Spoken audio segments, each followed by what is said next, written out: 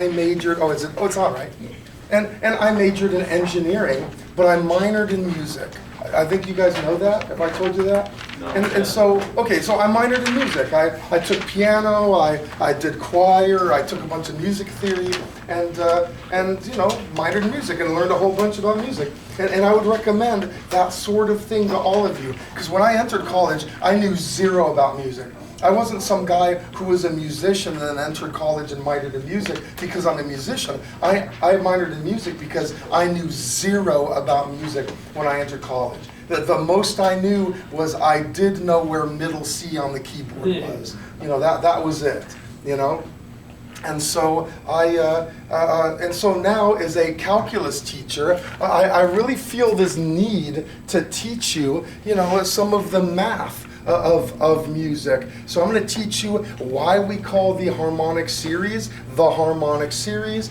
I'm going to teach you how that pertains to music, and then we're going to talk about dissonance and consonance in music. So that's why I'm not having you guys do the quiz now, because I want you to come out of here as educated men and women, and I think an educated man or woman should understand how our music, our Western music system works, which is different from, you know, Japan's music system.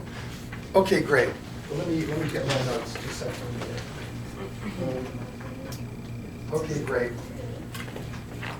The harmonic series. Here it comes. Oops.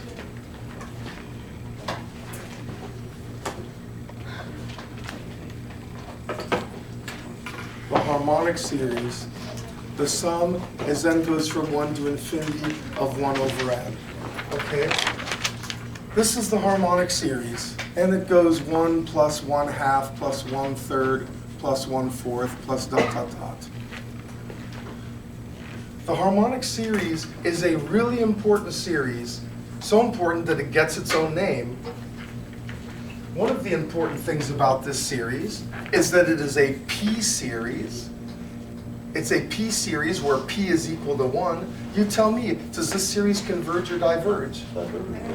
Yeah, it diverges because if I do the integral test, I get log natural of u, and then I stick in infinity, I get log natural of infinity, which diverges. Okay, but this is the borderline series. That is, for P series, okay, if P is greater than 1, you get convergence, and if P is less than or equal to 1, you get divergence. So that's the borderline. The harmonic series diverges. If P is anything bigger than 1, you're going to get convergence. Okay, the borderline.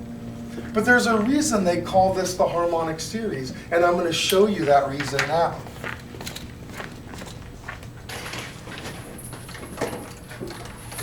Here they go. All these that on there. I need a spring buddy. Come on up, Daniel.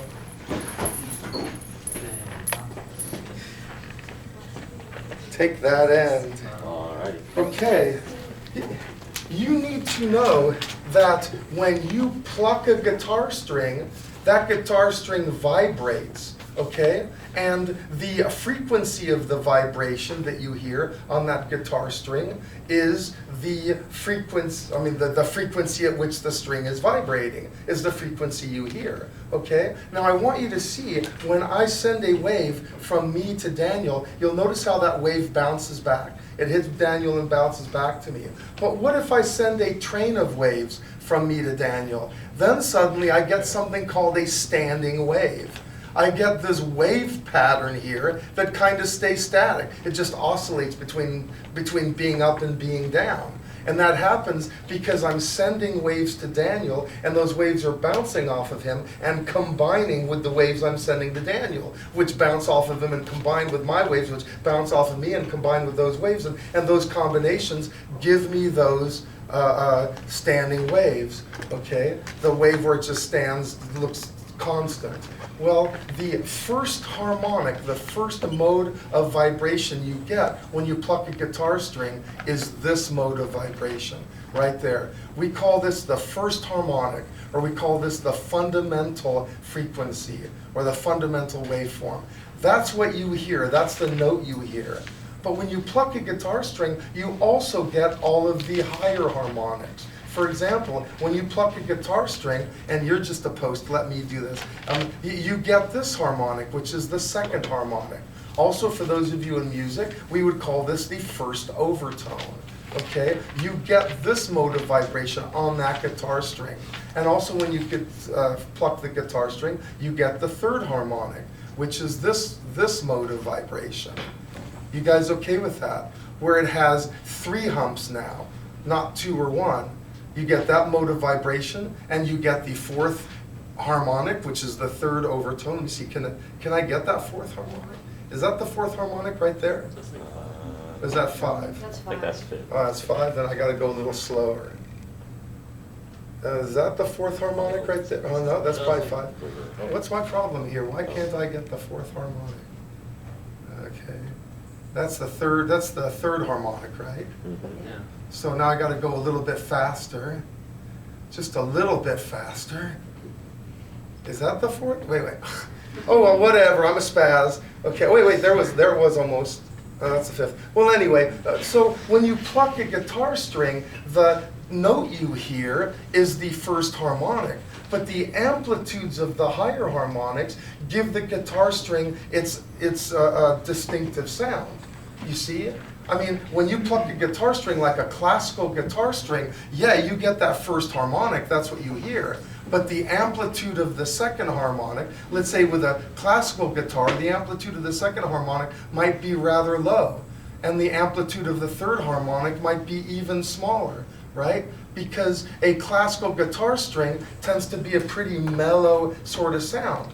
Whereas if you pluck a banjo has a very twangy sound. And it has a twangy sound because the amplitudes of the higher harmonics are greater. So you pluck your banjo, and sure, your first harmonic is going to look like this, but your second harmonic is going to be a much higher amplitude with a banjo string. And the third harmonic is going to be a much higher amplitude with a banjo string, because that banjo string sounds a lot brighter to you. And that brightness is because of the amplitudes of the higher harmonics. Okay? All right, thank you, Daniel. No problem. Yay.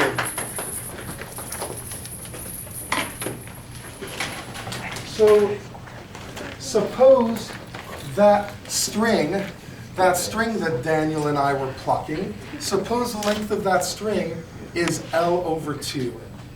We say that length of the string is L over 2. Then the first harmonic, which is a standing wave that oscillates between there to there like a jump rope, this is the first harmonic. I want you to see that this distance here, L over 2, comprises 1/2 of a wavelength. That is, the entire wavelength would look like this. You know, this would be your entire wavelength, correct? But of course, you don't actually have that because that's not there. But I just want to convince you that what I have here is 1/2 of a wavelength. So 1/2 of a wavelength equals L over 2, or the wavelength equals L. You okay with that? Okay? And so, just 1 second. Alrighty. How about the second harmonic? The second harmonic, if you remember, had that mode of vibration with 2 humps. So the second harmonic, do you see that this is one entire wavelength? So I got wavelength equals L. I'm sorry, L over 2. Because this distance here is L over 2. Alrighty? Or how about the third harmonic? The third harmonic had 3 humps. And the third harmonic just oscillated between there to there to there to there. Well, I want you to see that I have 1.5 wavelengths here. I have 3/2 of a wavelength. And that 3/2 of a wavelength is equal to L over 2, which means my wavelength is L over 3. I assume you can tell where this is headed, right? My wavelengths are L, L over 2, L over 3. What do you suppose the wavelength of the fourth harmonic is going to be? L over 4. L over 4, okay? So my wavelengths are L, L over 2, L over 1, L over 2, L over 3, L over 4, L over 5, etc.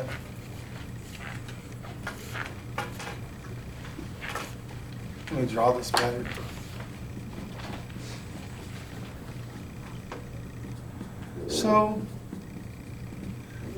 So now you know why we call that the harmonic series. Because when you pluck a string, those are all the wavelengths you get. The wavelengths of the harmonic series, the harmonic sequence. So that's the first thing I wanted to teach you, where that name comes from. Now, just a second.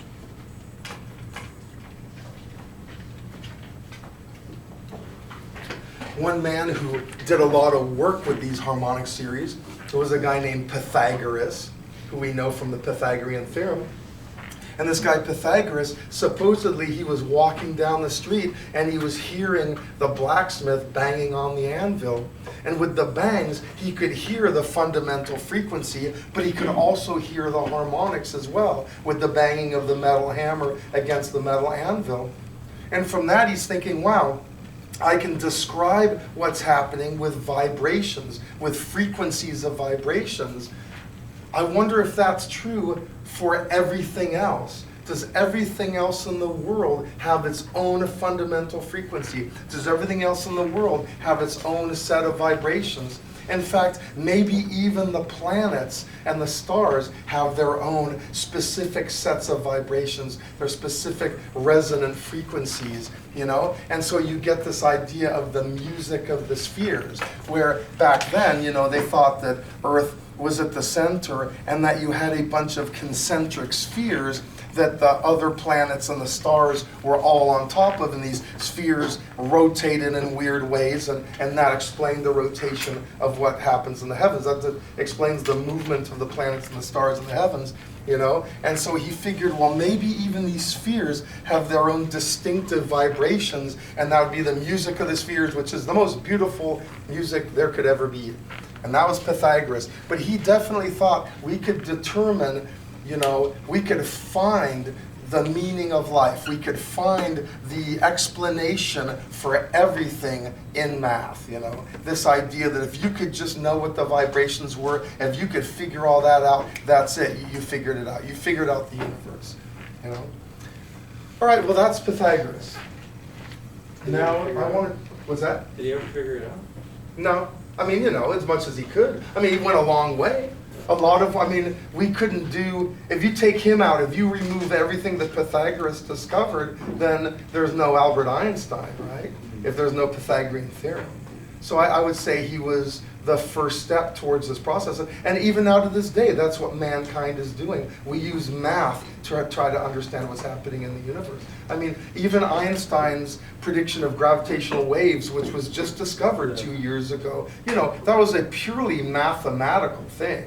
I mean, he didn't set out an experiment and discover gravity waves. He got a piece of paper and a pencil and discovered gravity waves, So yeah, there's math, discovering the meaning of life, discovering everything.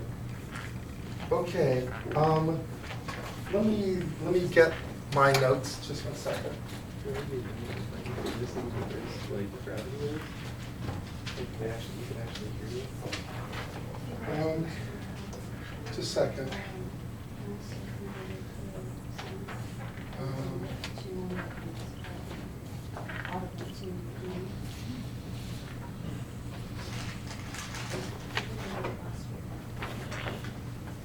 No, not gravity waves.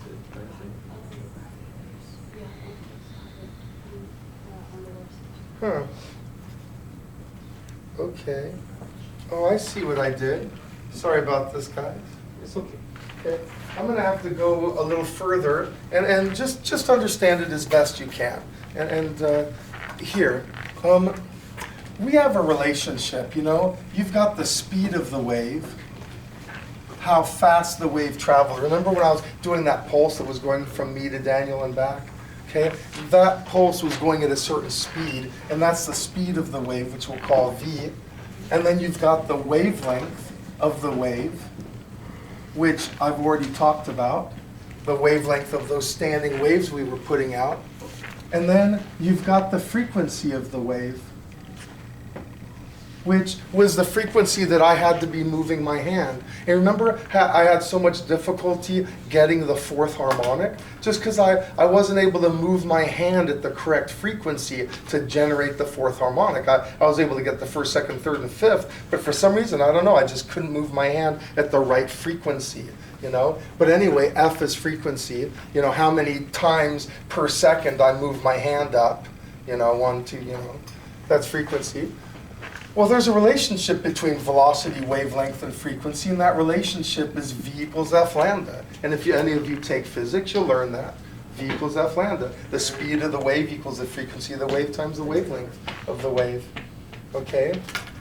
Which means frequency equals wavelength over the speed of the wave. I'm sorry. Frequency equals the speed of the wave over the wavelength. Now, that speed is going to be constant. All waves travel at the same speed in a particular medium. And so this guy's a constant, but this guy's changing. So I can actually get the frequency of my first harmonic. The frequency of the first harmonic would be V over lambda. The frequency of the second harmonic would be V over lambda over, which I'm going to convert that to L, V over L, because for the first harmonic, lambda is equal to L. For the second harmonic, it'll be V over the lambda of the second harmonic, which is going to be V over L over 2, which is 2 times V over L. The frequency of the third harmonic is V over the wavelength of the third harmonic, which is V over L over 3, which is going to be 3 times V over L, and so on. I hope you see that every harmonic is just going to be a multiple of the fundamental frequency.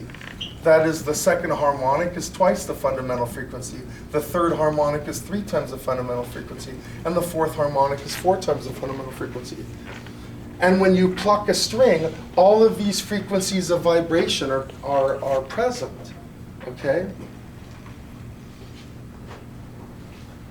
So now the question is, what if I pluck 2 strings simultaneously? I pluck one string and he has all of his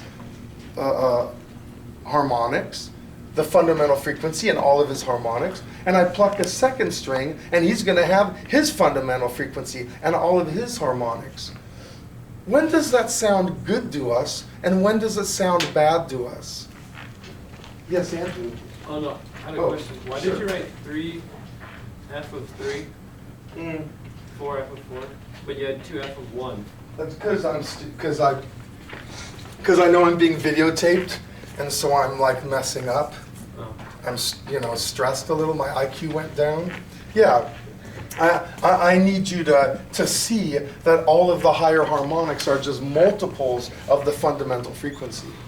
Okay.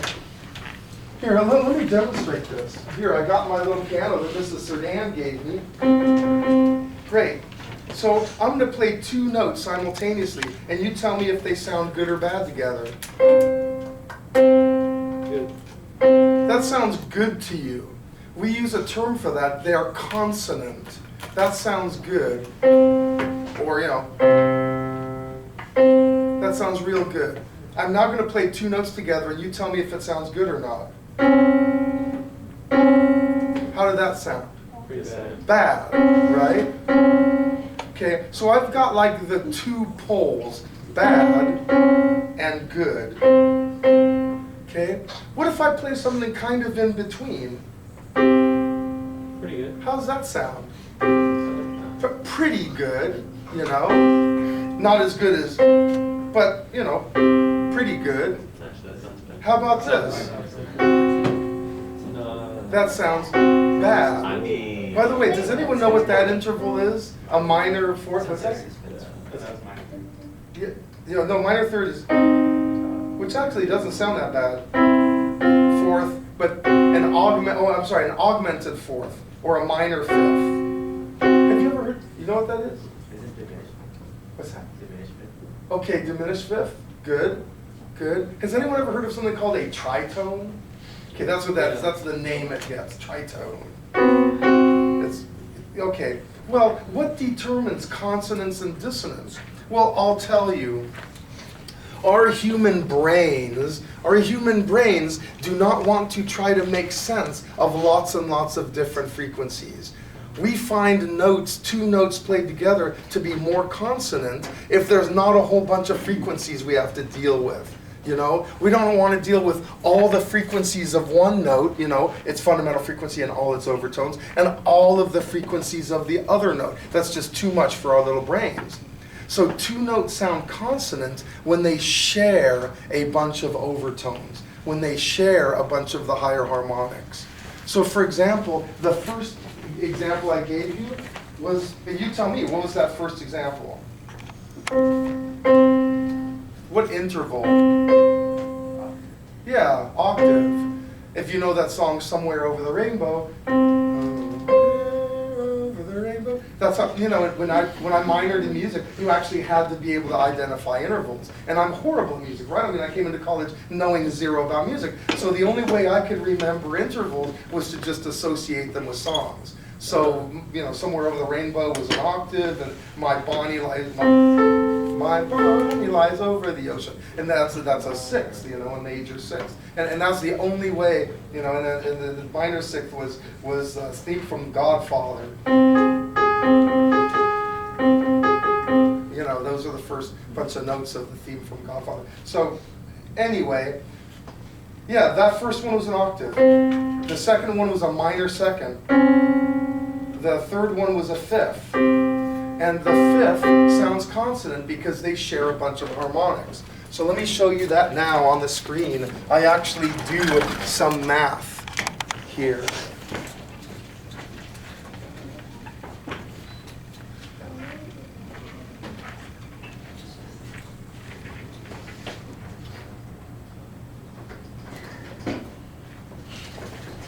Was it really that hard for you to learn music? Yes, Oh. it actually took time, energy, and effort. Yeah, it wasn't nothing. I had to really work at it. Because like I said, I was utterly inexperienced. Just, I mean, I don't know if there's anyone in this classroom who's literally never played an instrument, never learned anything about music except the A, B, C, D, E, F, G, you know? I mean, it would be hard to minor in music if you had no experience. I'd never sung in a choir, I'd never done anything. You had to sing in the choir? Mm-hmm. I sang in the choir. Yep. I was a tenor, so I got in. Yeah. Those of you, if any of you are tenors, you're in. Like, it doesn't even matter if you sing well or not. If you can sing on pitch, I mean, you've got to sing on pitch, but you don't have to have that great of a voice because they need tenors. They need volume, and you know. So yeah, there it is. I was a tenor. I sang in choir. Okay. Consonant notes share harmonics. So I'd like to show you, these are the harmonics. A C is about 240 hertz. It isn't exactly 240 hertz, but I chose 240 because it's really easy to work with mathematical. Actually, a C is like 256 or 255 or something like that. But I made it 240. I hope you don't mind I fudged. Okay? But look at the harmonics of C. You know, twice the fundamental frequency, twice, 3 times, 4 times, 5 times, 6 times. Okay? And then look at the harmonics of the C that's 1 octave above that middle C. Okay? 1 octave above the harmonics 480, 960, 1440, 1920, 2400. Do you notice that every single harmonic here is shared here? You know, 480, 480, 960, 960. So that's why C and an octave above C sound incredibly consonant. Because your brain doesn't have to make sense of a bunch of extra frequencies. All the frequencies of 1 octave above C are already there in those overtones. Now, I'd like you to look at G, which if your C is 240, your G would be 360. Unfortunately, in real life, C isn't 240, so in real life, G isn't 360. But if C were 240, then G would be 360. And look at those. Tell me, why does C and G, why does a major fifth sound good? Or a fifth, why does that sound good? Yeah. Yeah, literally half of these harmonics are shared with C, you know? 720, 1440, 2160, they're shared. And so again, because you don't have to make sense of a bunch of extra harmonics, it sounds really consonant to our ears, okay? And so that's what determines whether two notes sounded together sound consonant or dissonant, how many of the harmonics they share.